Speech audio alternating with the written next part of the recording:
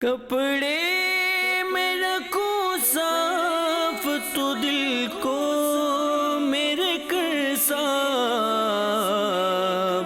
مولا تو مدینہ میرے سینے کو بنا دے۔ الحمدللہ رب العالمین والصلاة والسلام على سید المرسلین، اما بعد فاعوذ باللہ من الشیطان الرجیم، بسم اللہ الرحمن الرحیم، الصلاة والسلام علیک یا رسول اللہ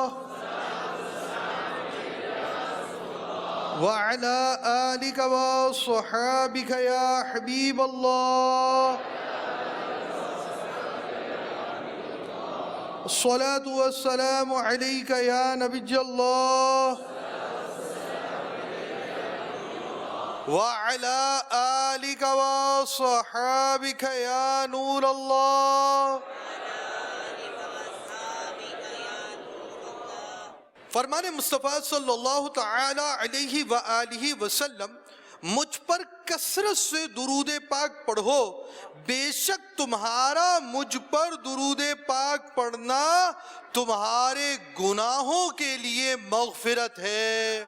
صلو علی الحبیب صلی اللہ تعالی علی محمد۔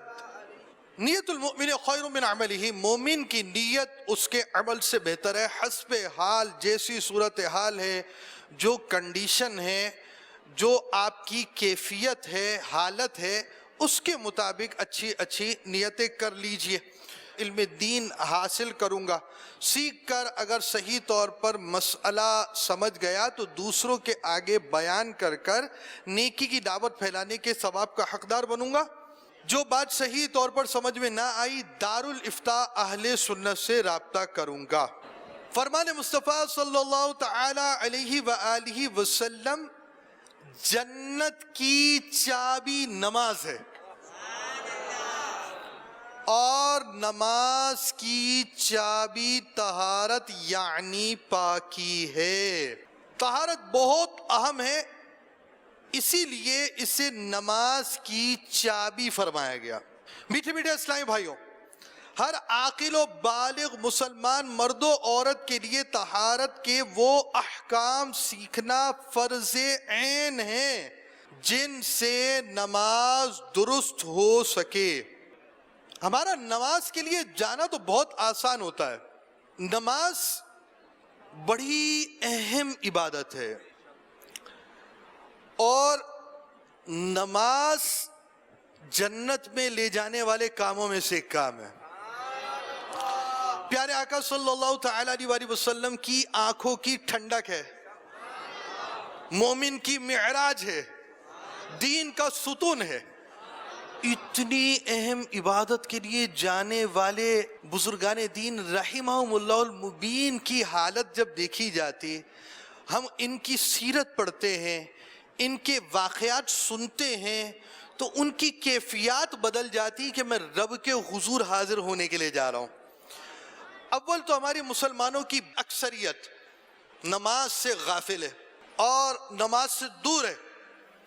جن کو نماز پڑھنے کا کچھ ذہن ملا، کچھ جذبہ ملا، کچھ سوچ ملی، وہ نماز سیکھنے سے دور ہے۔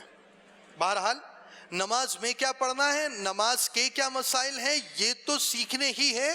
نماز میں شامل ہونے سے پہلے پاکی ناپاکی کے کچھ مسائل ہوتے ہیں، اور امیر اہل سنت کا رسالہ کپڑے پاک کرنے کا طریقہ ہم انشاءاللہ الرحمن یہ آپ کے آگے بیان کریں گے، کچھ اضافے کے ساتھ، ترتیب آگے پیچھے، اور تقریباً یہ رسالہ ہوگا۔ اس میں ہم نے نماز کی ایک شرط طہارت کے بارے میں سنا تھا پچھلے سلسلے میں، اور نجاست ناپاکی کی اقسام کے بارے میں ہم آج سنیں گے۔ ناپاکی سے پاکی حاصل کرنے کے لیے ناپاکی کو جاننا اور ناپاکی سے پاکی حاصل کرنے کے طریقوں کا جاننا ضروری ہے۔ نجاست ناپاکی دو قسمیں، نمبر ایک نجاست غلیظہ بڑی نجاست، نمبر دو نجاست خفیفہ چھوٹی نجاست۔ اچھا، بڑی اور چھوٹی نجاست جو ہے وہ تو اپنی جگہ پر ہے، اس کا جاننا ضروری ہے۔ بڑی نجاست کتنی لگے گی تو ہم نماز نہیں پڑھ سکتے، چھوٹی نجاست کتنی لگے گی تو نماز نہیں پڑھ سکتے۔ تو اب وہ پہلے جو بڑی نجاست ہے، یعنی ہمیں کئی چیزیں جاننا ضروری ہے۔ ایک تو بڑی نجاست ہے کون سی، دوسرا بڑی نجاست کتنی لگے گی تو ہم اس کے مطابق نماز نہیں پڑھ سکتے، یا نماز پڑھنا خلاف سنت ہے، یا نماز پڑھنا مکروہ تحریمی ہے، گناہ گار ہوگا پڑھنے والا، یا نماز پڑھنے والا شخص ایسی حالت میں اگر نماز پڑھے گا تو نماز ہوگی ہی نہیں۔ تو اب ہمارا آج کا جو سلسلہ ہے وہ ہے، ہم آپ کو کچھ پہچان کرائیں گے، بھئی یہ چیز یہ بڑی ناپاکی ہے، یہ چیز یہ بڑی ناپاکی ہے۔ بڑی ناپاکی ہے تو بڑی ناپاکی کب نماز کے لیے رکاوٹ کا باعث بنے گی، پھر بعد میں۔ پہلے آپ کو مثالوں سے یہ بات سمجھائی جائے گی کہ بڑی ناپاکی کن چیزوں کو کہتے ہیں۔ انسان کے بدن سے جو ایسی چیز نکلے کہ اس سے غسل یا وضو واجب ہو، نجاست غلیظہ ہے، جیسے پخانہ، پیشاب، بہتا خون، پیپ، منہ بھر کے، اور اس طرح کی چند اور چیزیں بھی ہیں جو آپ کپڑے پاک کرنے کے طریقے میں دیکھ سکتے ہیں۔ امیر اہل سنت کا رسالہ کپڑے پاک کرنے کا طریقہ، یعنی عام طور پر انسان ہے، انسان ناخن کاٹتا ہے، بال بھی کترواتا ہے، اللہ پاک توفیق دے ہم سنت کے مطابق زلفے بھی رکھیں، داڑھی بھی ایک مشت سے جو زائد ہو وہی ہمارے جسم سے جدا ہو۔ تو انسان سے ناخن دور ہو رہے ہیں، سر کے بال ہیں، جسم کے بال ہیں، وہ دور ہو رہے ہیں۔ انسان کو تھوک بھی آتا ہے، نزلہ بھی آتا ہے، اس کے ساتھ چند چیزیں اور بھی ہیں جس کی تفصیل آ گئی۔ خون کبھی نکل جاتا ہے جو بہتا خون ہو، یعنی وہ خون خود ہی اپنا مقام چھوڑ دیتا ہے۔ پخانہ، پیشاب، پیپ، منہ بھر کے، یہ چیزیں عام طور پر انسان کے جسم سے جدا ہوتی ہیں یا وہ جدا کرتا ہے، جیسے خود ناخن کاٹتا ہے۔ تو ان میں سے جو جو چیزیں ناپاک ہیں ان کی کچھ تفصیل یہاں پر بیان کی گئی ہے۔ تو یہ چیزیں ناپاک ہیں، یعنی اب اگر قے ہو گئی، آپ کے کپڑوں پر پیشاب لگ گیا یا بڑا استنجا لگ گیا تو اب اسے پاک کرنا ہوگا، یہ بڑی نجاست ہے۔ کیا اس کی تفصیل ہے وہ آگے آئے گی، ابھی صرف مثال سمجھا رہے ہیں۔ یہاں پر ہم ضمنی طور پر ایک موضوع آج لیں گے۔ بات ہوئی قے کی، الٹی کی، مومنٹنگ کی، تو روزے دار کو بھی ہو جاتی ہے، وضو والا شخص تو پورے سال کبھی بھی ہو سکتی ہے۔ تو ہم آپ کو روزے اور وضو سے متعلق کے احکام ضمنی طور پر بیان کریں گے۔ مدینہ کے 5 حروف کی نسبت سے وضو میں قے کے 5 احکام شرعی۔ نمبر 1، وضو کی حالت میں جان بوجھ کر قے کریں یا خود بخود ہو جائے، دونوں صورتوں میں اگر منہ بھر قے آئی اور اس میں کھانا، پانی یا صفرا کڑوا پانی آیا تو وضو ٹوٹ جائے گا۔ منہ بھر کے کسے کہتے ہیں؟ کیا ہر وومٹنگ، ہر الٹی کو منہ بھر کے کہتے ہیں؟ جی نہیں۔ منہ بھر کے معنی ہے کہ اسے بلا تکلف نہ روکا جا سکے۔ بلا تکلف نہ روکا جا سکے کا کیا معنی ہے؟ دیکھیں، ایک پریشر ڈیولپ ہوتا ہے، بالکل جو قے ہوتی ہے وہ اٹھ کر آتی ہے منہ کی طرف، آپ سمجھے، بالکل وہ اس کی اٹھان ہوتی ہے اور وہ مومنٹنگ بہت تیزی سے منہ کی طرف آتی ہے۔ جب بھی نارمل قے ہوتی ہے اس کا اسٹائل یہی ہوتا ہے کہ اندر سے جو مواد فاضل ایکسٹرا تھا وہ خارج ہوتا ہے، وہ باہر آتا ہے۔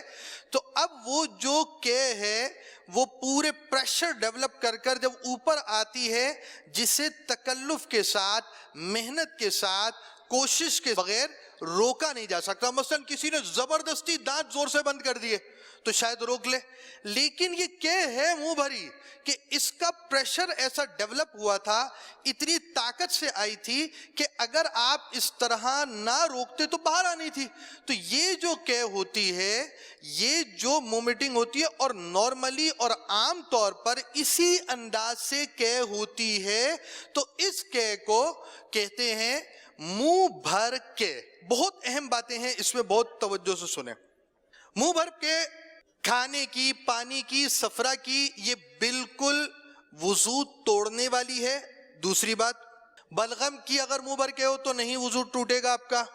تیسری بات, بہتے خون کی قے وضو توڑ دے گی. اب تو کھانا پینے کی بات تھی جو کھا رہے ہیں, اگر خون ہی نکل آیا منہ بھر کے میں تب بھی یہ وضو توڑ دے گا. بہتے خون کی قے سے وضو اس وقت ٹوٹتا ہے جبکہ خون تھوک سے مغلوب نہ ہو, یعنی خون کی وجہ سے قے سرخ ہو رہی ہو تو خون غالب ہے, وضو ٹوٹ گیا. اور تھوک زیادہ ہے اور خون کم تو وضو نہیں ٹوٹے گا. خون کم ہونے کی نشانی ہے کہ پورے قے میں جو تھوک پر مشتمل ہے وہ زرد یعنی پیلی ہو گئی. یہ دیکھیے, یہ ایک گلاس ہے, گلاس پہ کلر ڈالا ہوا ہے, اور لازمی بات ہے یہ کلر آپ کو زرد نظر آ رہا ہے. جب ریڈ کلر تھوڑا سا دکھایا جائے گا, تھوڑا سا ڈالا جاتا ہے وائٹ میں, تو وہ پہلے زرد کلر اختیار کرتا ہے. یہ تو ہے ہی کلر, یعنی یہ ریڈ کلر کے چند ڈراپس ہیں جو گلاس کے اندر ڈالے گئے ہیں. گلاس میں چند ڈراپس اگر آپ ریڈ کلر کے ڈالیں گے تو پہلے آپ کو وہ زرد کلر دے گا, جب آپ کے ڈراپ زیادہ ہوں گے تو اب یہ کلر پکڑ کر ریڈ ہوگا. اب پھر پہلا فوٹیج دوبارہ دکھائیے. آپ یہ سمجھیے آپ کا تھوک نکلا, تھوک میں خون تھا, لیکن خون کے ساتھ جو کلر تھا وہ اس طرح زرد یلو تھا. جب یلوئی شیڈ آپ کے تھوک کا آئے گا, اٹس مینز کہ ابھی تھوک زیادہ ہے, خون کم ہے. سیکنڈ, اب اگر آپ کا تھوک کا کلر اس طرح ریڈ ہو گیا تو اب یہ ریڈ کے ساتھ, یہ چونکہ گلاس ہے, گلاس میں ایکسٹرا پانی ضرور ہے, مگر جو آپ کو اوپر شیڈ یا اس کے ٹاپ پر یا اس کے آپ کو باٹم پر, اوپر یا نیچے جو آپ کو شیڈز نظر آ رہے ہیں, اس شیڈز میں آپ دیکھ سکیں گے کہ یہ تھوک جو ہے اگر ایسا ہوا تو خون پر غالب ہے. یہ ریڈ اور زرد آپ کے کلر ہے. اگر تھوک میں یہ کیفیت پائی جاتی ہے کہ وہ یلوئی شیڈ پر ہے تو اب آپ کا تھوک زیادہ ہے, اور اگر آپ کے ہاں ریڈش شیڈ آ گیا ہے تو اب آپ کا خون زیادہ ہے. دونوں کی باتیں سمجھیں. بہتے خون کی دونوں چیزیں آپ کو ایک ساتھ دکھائی جا رہا ہے, دونوں کلرز دیکھیں آپ کہ اس میں آپ کو فرق نظر آئے گا. بہتے خون کی قے سے وضو اس وقت ٹوٹتا ہے. بہتا خون کیوں کہا جا رہا ہے؟ بعض اوقات خون کے پورے ٹکڑے, جیسے گوشت کی بوٹی ہوتی ہے اس طرح خون کے جمے ہوئے ٹکڑے آتے ہیں, اس کو کہا جائے گا جمع ہوا خون. جمع ہوا خون کا مسئلہ بعد میں آ رہا ہے. ابھی ہم آپ کو لکوڈ خون, جو ہمارا نارمل خون ہوتا ہے, جو بہتا ہوتا ہے, پانی کی طرح روا خون ہوتا ہے, اس لکوڈ خون کی بات ہم کر رہے ہیں. بہتے خون کی بات کہی جا رہی ہے. جمے ہوئے خون کا مسئلہ بعد میں آئے گا. دوبارہ دکھائیے. آپ کے دانت سے خون نکل رہا ہے, خون نکلنے کے بعد آپ نے کلی کی ہے, یہ شیپ ہو گئی آپ کی, رزلٹ آپ کا یہ کلر آ گیا ہے. تو اب آپ یوں سمجھیے کہ آپ کا وضو ٹوٹ گیا ہے. اور ان کیس کلر یہ نہیں ہے بلکہ اس کے علاوہ جو کلر ہم آپ کو پہلے دکھا چکے ہیں یہ کلر ہے, تو اٹس مینز کہ ابھی آپ کا وضو نہیں ٹوٹا. اگر کہ میں جمع ہوا خون, سالڈ پیسز جو آپ کے کچھ سالڈ شیپ میں ہو جاتے ہیں خون کے, وہ خون آپ کا قے میں آیا اور وہ منہ بھر سے کم ہے تو وضو نہیں توڑے گا. منہ بھر کی کیا تعریف ہے؟ پریشر سے جو چیز ڈیولپ ہوئی, آپ کی بڑی قوت کے ساتھ ایک قے جو ہے, الٹی جو ہے, مومنٹنگ جو ہے وہ منہ کی طرف آئی ہے.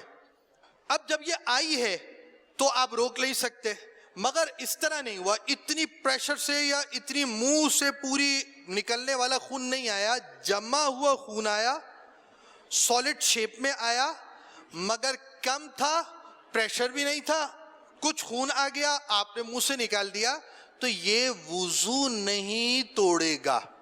روزے میں قے ہونا، بعض اوقات جب روزے میں قے ہو جاتی ہے تو لوگ پریشان ہو جاتے ہیں، بلکہ بعض تو سمجھتے ہیں کہ روزے میں خود بخود قے ہو جانے سے بھی روزہ ٹوٹ جاتا ہے، حالانکہ ایسا نہیں ہے۔ چنانچہ سیدنا ابو ہریرہ رضی اللہ تعالی عنہ سے روایت ہے کہ حضور پرنور شافعی یوم النشور صلی اللہ تعالی علیہ وآلہ وسلم کا فرمان عالی شان ہے، جس کو ماہ رمضان میں خود بخود قے آئی اس کا روزہ نہ ٹوٹا، اور جس نے جان بوجھ کر قے کی اس کا روزہ ٹوٹ گیا۔ ایک اور مقام پر ارشاد ہے، جس کو خود بخود قے آئی اس پر قضا نہیں، اور جس نے جان بوجھ کر قے کی وہ روزے کی قضا کرے۔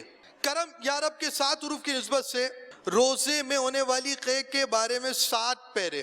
روزے میں خود بخود کتنی ہی قے، کتنی الٹی ہو جائے، خواہ بالٹی ہی کیوں نہ بھر جائے، اس سے روزہ نہیں ٹوٹے گا۔ خود بخود قے سے روزہ نہیں ٹوٹے گا۔ نمبر 2، اگر روزہ یاد ہونے کے باوجود قصداً جان بوجھ کر قے کی وہ منہ بھر بھی ہوئی تو اب روزہ ٹوٹے گا۔ 3 باتیں پائی گئی تو روزہ ٹوٹے گا۔ ویری فرسٹ یہ کہ روزہ یاد ہے، روزہ یاد ہونا چاہیے کہ میں فاسٹنگ سے ہوں، میں صائم ہوں، روزہ دار ہوں، میرا روزہ ہے، یہ بات یاد ہو۔ اور اس کی بھی علامت ہوتی ہے، بندہ جب وضو خانے پر بیٹھا ہوتا ہے نا تو اس کو پتہ ہوتا ہے میرا روزہ ہے، تو وہ کلی احتیاط سے کرے گا، ناک میں پانی احتیاط سے چڑھائے گا، یہ باتیں اس کو بتا رہی ہوتی ہے روزہ ہے۔ روزہ ہوگا تو غرغرہ کرنے سے بچے گا، فلاں چیزیں سوچے گا، تو یہ بات ذہن میں موجود ہوتی ہے کہ میرا روزہ ہے۔ اس طرح اگر اس کے ذہن میں تھا روزہ ہے تو اب روزے سے ہے تو اس کے ذہن میں ہے میرا روزہ ہے، یہ روزہ ہو گیا فرسٹ چیز۔ سیکنڈ یہ کہ اس نے خود کوئی ایسا کام کیا جس سے قے ہو، خود بخود نہیں ہوگی، حلق میں مثلا انگلی ڈالی کہ مجھے قے ہو جائے۔ پھر تیسری بات کہ اب اگر قے ہوئی تو وہ بھی منہ بھر تھی، تکلف کے ساتھ اسے روکا جا سکتا ہے، آپ بڑی کوشش کر کر اس کو روک سکتے ہیں، مگر ایسا پریشر ڈیولپ ہو چکا ہے، اتنی تیزی سے، اتنی طاقت سے وہ چیز آ رہی ہے کہ وہ آنے والی چیز خود نہیں رکے گی، تو اب یہ جو قے ہے، یہ والی قے آپ کا روزہ توڑ دے گی۔ منہ بھر کے خود کی یا خود بخود ہوئی، وضو تو بہرحال گیا، لیکن روزے میں یہ 3 باتیں موجود ہیں۔ قصداً منہ بھر ہونے والی قے سے بھی اسی صورت میں روزہ ٹوٹے گا جبکہ قے میں کھانا یا پانی یا صفرا یعنی کڑوا پانی یا خون آئے۔ اگر اس قے میں بھی صرف بلغم نکلا تو روزہ نہیں ٹوٹے گا، وضو بھی نہیں ٹوٹے گا۔ قصداً قے کی، جان بوجھ کر آپ نے الٹی کر دی مگر تھوڑی سی ہوئی، منہ بھر نہ آئی، تب بھی روزہ نہیں ٹوٹے گا۔ منہ بھر سے کم قے ہوئی اور منہ سے دوبارہ لوٹ گئی یا خود ہی لوٹا دی، ان صورتوں میں بھی روزہ نہیں ٹوٹے گا، البتہ ایسا کوئی کرے گا بھی نہیں، کرنا بھی نہیں چاہیے۔ منہ بھر قے بلا اختیار ہو گئی تو روزہ تو نہ ٹوٹا، البتہ اگر اس میں سے ایک چنے برابر بھی واپس لوٹا دی تو روزہ ٹوٹ جائے گا، اور اگر چنے سے کم ہے تو روزہ نہ ٹوٹا۔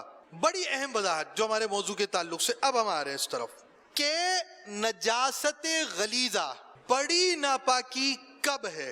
منہ بھر کے علاوہ بلغم کے ناپاک ہے، اس کا کوئی چھیٹا کپڑے یا جسم پر نہ گرنے پائے، اس کی احتیاط فرمائیے۔ آج کل لوگ اس میں بڑی بے احتیاطی کرتے ہیں، کپڑوں پر چھینٹے پڑنے کی پرواہ نہیں کرتے، اور منہ وغیرہ پر جو ناپاک قے لگ جاتی ہے اس کو بھی بلا جھجک اپنے کپڑوں سے پوچھ لیتے ہیں۔ اللہ رب العزت ہمیں نجاست سے بچنے کا ذہن عنایت فرمائے. بڑا پیارا مدری پھول ہے. ہمیں اچھے کپڑے تو پہننے آتے ہیں, کپڑے کی صفائی تو رکھنی آتی ہے, لیکن ہر صفائی ایسی نہیں ہے کہ شریعت اسلامیہ اسے کہہ دے کہ آپ پاک ہو گئے. آپ نے کیک کر لی, منہ سے لگ گئی, فلا جگہ لگ گئی, آپ نے ٹیشو پیپر لے کر صاف کر لیا, آپ نے فریشرز یوز کر دیے, آپ نے کچھ پرفیومز یوز کر لیے, اور اس انداز سے اپنے کپڑے کی بو زائل کرتے ہیں. سستی کا دور ہے, تو سستی کے دور نے یہ عجیب رنگ دیا ہے. خود بدبوؤں میں تر بتر ہیں, خود پسینے میں ڈوبے ہوئے ہیں, اور ڈبکیاں کھا رہے ہیں. اوپر سے کیا ہے, پرفیوم لگا دیا, کچھ فریشرز لگا دیے, دوسروں کو بو نہیں ہے, جسم کے اندر بھلے بو رہے, جسم کو نقصان پہنچاتے رہے.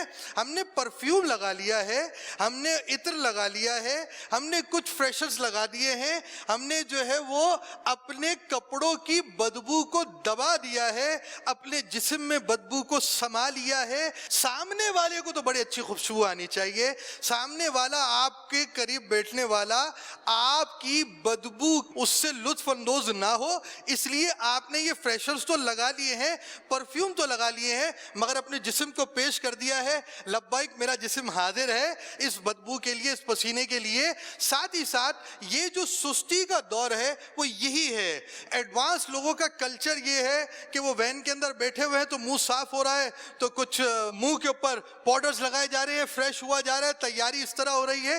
جسم کی یہ تیاری, یعنی ہماری جو تیاریاں ہیں, ہماری جو صورتحال ہے وہ سامنے والوں کے ساتھ ہے. سامنے والے نے دیکھا بہت اچھا لگ رہا ہے, بڑا اچھا جوڑا ہے, بڑا اچھا لباس ہے, خوشبو آ رہی ہے, اور اندر کا جو حال ہے وہ حال ہے. ٹھیک ہے, تو دین اسلام نے جو پاکی کا مفہوم دیا ہے, اس پاکی کے مفہوم میں یہ لباس کی ستھرائی بھی شامل ضرور ہے, مگر ہر لباس جو آنکھوں کو اچھا نہ لگے ضروری نہیں کہ وہ لباس ناپاک ہو, اور ہر آنکھوں میں اچھا لگنے والا لباس ضروری نہیں کہ پاک ہو. تو پاکی ناپاکی کی جب تک پہچان نہیں ہوگی, اس پہچان کے بغیر ہم اس چیز کو سمجھ نہیں سکتے کہ کیا چیز پاک ہو کیا ناپاک ہو. ہم نے ایک ہی مدری پھول بیان کیا ہے, کئی مثالیں انشاءاللہ الرحمن بیان کریں گے. وہ مدری پھول کہ انسان کے بدن سے جو ایسی چیز نکلے کہ اس سے غسل یا وضو واجب ہو, نجاست غلیظہ ہے, جیسے پخانہ, پیشاب, بیتا خون, پیپ, منہ بھر قے, اس کے علاوہ چند چیزیں اور بھی ہیں, وہ ناپاک ہے. اب جب آپ کو یہ بات پتہ چلے گی یہ ناپاک ہے, یہ پاک ہے, یہ تھوک ہے, فلا چیز ہے, اب مجھے کس چیز کے پاکی حاصل کرنے, یہ ناپاک ہے, اور کتنی ناپاکی نماز کے لیے رکاوٹ کا باعث ہے. اور تیسرے نمبر پر اس ناپاکی سے پاکی کیسے حاصل کرنی ہے. کیوں؟ نماز جنت کی کنجی ہے اور طہارت نماز کی کنجی ہے. اللہ پاک ہمیں ان مسائل کو سمجھنے کی توفیق عطا فرمائے, آمین بجاہ النبی الامین صلی اللہ تعالی علیہ وآلہ وسلم. آخر میں ہم ایک نعرہ لگائیں گے, جواب دیں گے آپ؟